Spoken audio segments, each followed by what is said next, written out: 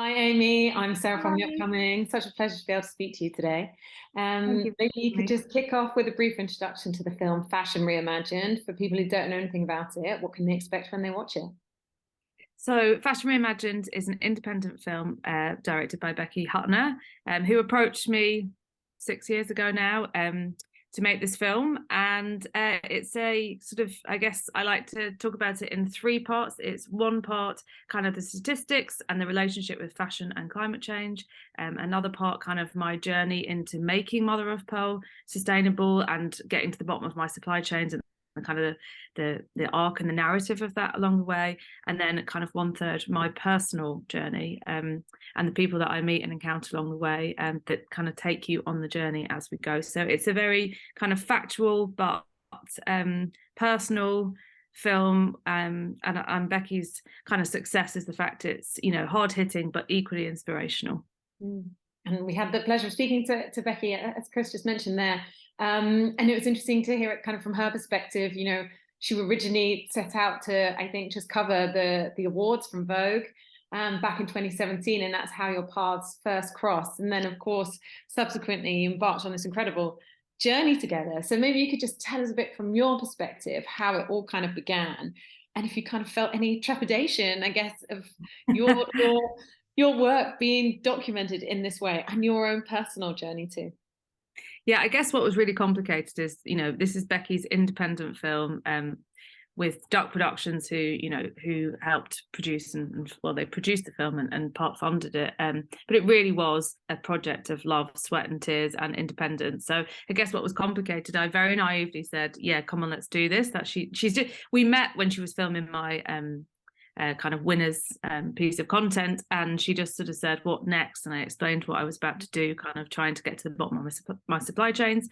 And then she just said, "I have to film this. It's my calling in life." And I was just like, "Yeah, sure." And then she sent me a sort of pitch, and I just very naively said yes. Kind of didn't really think too much into it, to be honest. It just thought, we don't know what this opportunity is. Let's just give it a go. But because it's independent, it really is a love, sweat, and tears kind of filmmaking. It wasn't like Netflix or someone just commissioned this film. So there's a lot of stop and starting. It was a very long process, but also nobody knew where this journey was going to go. So I didn't know where my supply chain journey was going to go, and Becky didn't therefore know what that journey was going to look like and whether that was even going to become a film. We didn't know if it was, well, she didn't probably know whether it was going to be good enough kind of content to make a film out of it. So it really was, a true fly on the wall style documentary with a very open-ended kind of outlook to it, which made it complicated, because I think no one ever truly knew what was going to happen. Mm. And I guess for you, because your ultimate goal, really, your main focus was trying to produce this sustainable line. And so in some ways you needed to keep your eye on that ball. So maybe at some moments, kind of the making of the documentary might have felt a distraction or an obstacle. But then on the Yeah. flip side, the fact that it was documented, obviously, seeing the final product, what an amazing thing to give that insight to people. So it must have felt worth it. So how are those two things balanced in your mind? Yeah, I mean, sometimes Chloe and I were just, in a meeting, maybe stressed out, or we had an event on, and like our main focus at that time was, it's a London Fashion Week show, and we're unbelievably overworked and tired and stressed, and all of a sudden there's a camera, and then, Becky would love a line that I just said, for instance, which wasn't, an actor saying a line, it was just something I'd said. There was definitely kind of times where it felt, that it was a very invasive experience. But seeing the final result, of course, I mean, it was all worthwhile. And it's a huge privilege as a small independent brand to have that story told, because we see a lot of documentaries, the McQueen documentary or the Anna Wintour documentary, but actually one at this level has never been done. And also telling our story, like to be able to show the world how hard we've been working, but also to use that story as a vehicle for change. I mean, it's just, through the hard times, it's just the final result is just a win-win for everybody. And I guess talking about, the camera seeming slightly invasive, also, how did it feel? Because it strikes me that perhaps in the past, and you even said you had that horrible incident, and I can only, apologize on behalf of, the journalistic kind of, especially the fashion world can be unbelievably brutal and it sort of put you off actually talking about your own background and where you've come from. But then when we Yeah. watch the film, it almost emerges as one of your strengths, and the fact that you've come perhaps as like with a different outlook to everyone else who normally sort of funnels into the fashion industry is what has got you to where you are today. And you're actually very natural in front of the camera and making things very accessible for people. So was that also something that you had to kind of go through, and you're glad that you have, or was that hard as well? No, it's actually been almost like free media training for my career. It's been a really, it was definitely more difficult at the beginning. There was definitely times where I was sort of being asked to, record specific things or kind of, do something in detail that kind of would stress me out because I'm not an actress, I'm not trained in this. But I think I'm just by nature a very open, honest person. I'm, an over communicator in many ways. Like I am just what I say what I think, and I love a conversation, I love a debate. I hate kind of like any kind of unsaid things. I prefer to just get it out on the table and find solutions. I find it much better. So I guess because they were with me for so long, I mean, there's 250 hours poor Becky has of me on camera. I guess over time they became, like my family. Daniel, who filmed it, he was there with us the whole time, and we became friends with it. So it became much more easier and I became more natural. And, I think it's actually been a really good thing for my confidence in the end.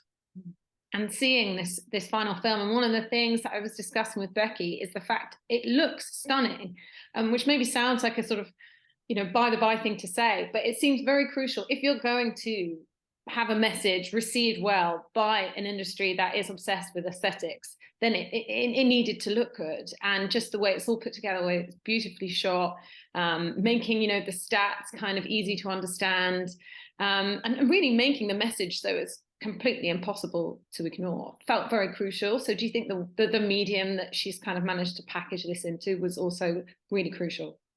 I mean, completely. I mean, again, when I signed up to it very naively, she was, didn't even know how it was going to be funded or how it was going to come together. She just knew she had to do it.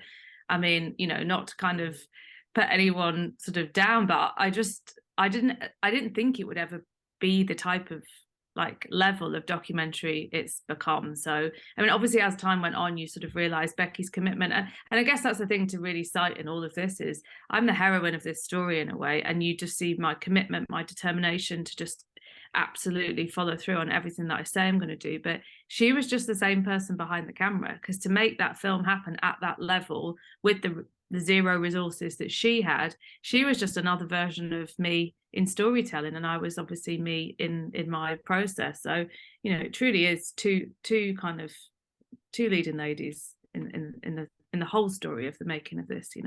And what do you hope the impact of the documentary will be? I mean, I think our reviewer even put the phrase, this needs to be compulsory viewing, whether it's school, whether it's in fashion school, college, and or so on and so forth. And it does feel like people are completely ignorant, or at least bury their head in the sand or in denial. What do you think that people can take away from watching it, and what do you hope the impact to be?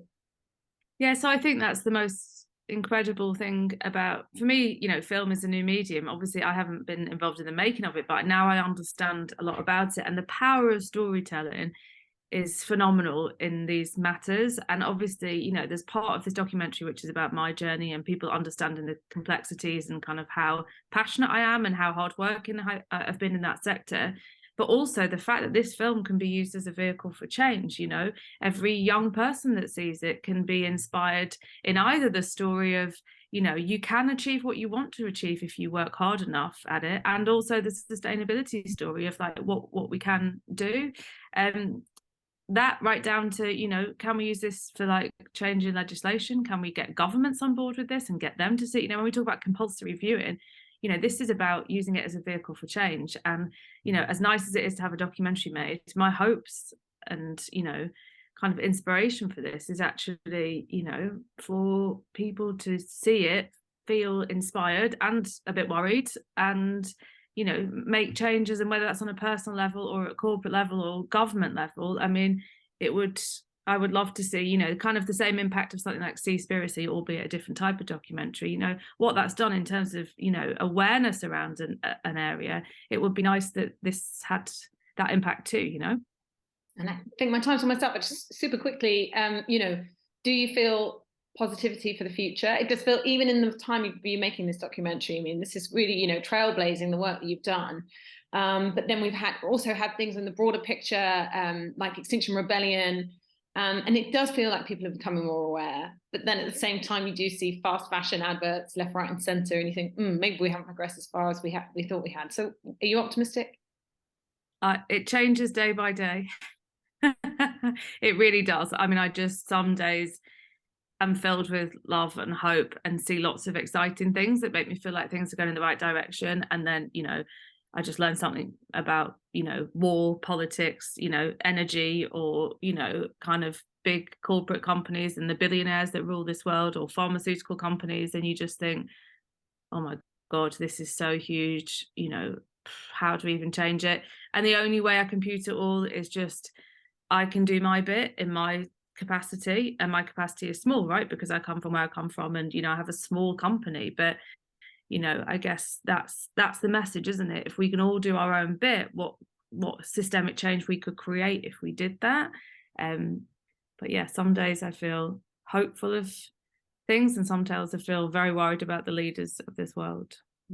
Almost, you know, whatever your background, whatever you think, however intimidating something might seem, actually we can all strive to ask those difficult questions and look for change. And as consumers, use our power, choose what you're going to buy. You shouldn't always just have that passive kind of attitude.